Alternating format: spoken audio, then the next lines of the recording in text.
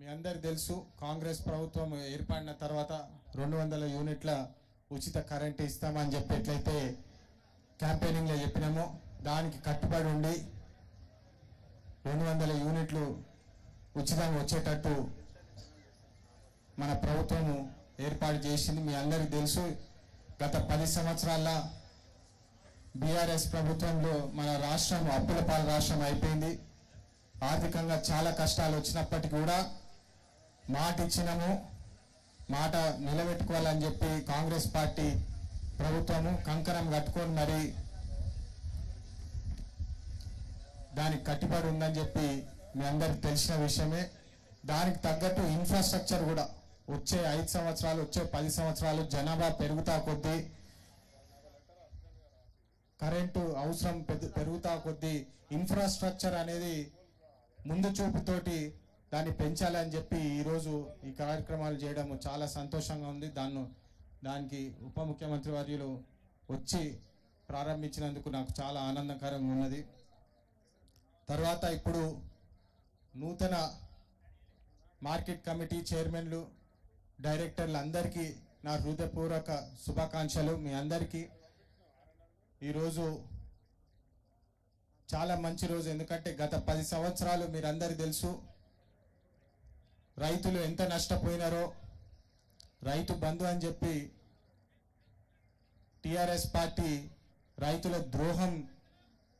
రైతులకి ద్రోహం చేసినారని చెప్పి మీ అందరూ 10 సంవత్సరాలు చూస్తున్నారు. క్వింటల్కి 10 కేజీలు అని చెప్పి కూడా అప్పుడు కట్టింగ్లు కూడా చేసినారు. కానీ మీ అందరు తెలుసు క్యాంపెయినింగ్ అప్పుడు కూడా చెప్పినాము కాంగ్రెస్ ప్రభుత్వం వస్తే రైతులకు భరోసాగా అండదండంగా ఉంటామని చెప్పి మళ్ళీ చెప్పినాము. ఈరోజు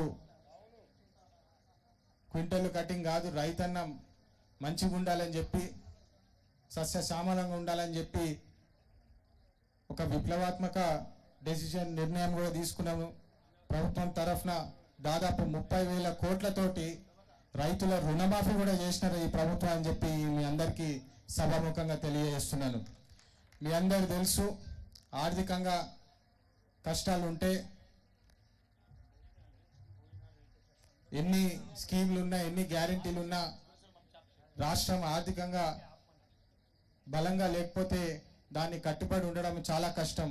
అయినప్పటికీ రైతు రుణమాఫీ చేసి తీరుతామని చెప్పి ఏదైతే మన రేవంత్ రెడ్డి గారు కంకణం కట్టుకొని చెప్పినారో అందరి ముందు దాని ప్రకారమే నిర్ణయాలు తీసుకుంటున్నారని చెప్పి మళ్ళొకసారి బట్టి గారి సమావేశంలో ఖచ్చితంగా అందరు రైతులకు అండగా ఉండామని చెప్పి మీ అందరికి మళ్ళొకసారి భరోసా ఇస్తున్నాను. ఇంకో ముఖ్యమైన విషయం చెప్పాలి, ఈ ఎల్లంపల్లి ప్రాజెక్ట్ ఆర్ఎన్ఆర్ స్కీము దాదాపు 10 సంవత్సరాలు బీఆర్ఎస్ ప్రభుత్వంలో ఆ ప్రాజెక్టు స్టార్ట్ అయినప్పటికీ కూడా ఆర్ఎన్ఆర్ ప్యాకేజ్ ఇవ్వలేదు, సెటిల్మెంట్ ఇవ్వలేదు. అప్పుడు ఎంపీ ఎలక్షన్స్ అప్పుడు కూడా మీ అందరి ముందు వచ్చినప్పుడు కూడా ఇదే మాట ఇవ్వడం జరిగింది. ఖచ్చితంగా ఆర్ఎన్ఆర్ సెటిల్మెంట్ కూడా చేస్తామని చెప్పి బాధితులకు అండదండంగా ఉంటామని చెప్పి ఈరోజు ఉప ముఖ్యమంత్రి వర్యుల చేత 18 కోట్ల చెక్ కూడా రిలీజ్ చేయడం చాలా ఆనందకరంగా ఉన్నది.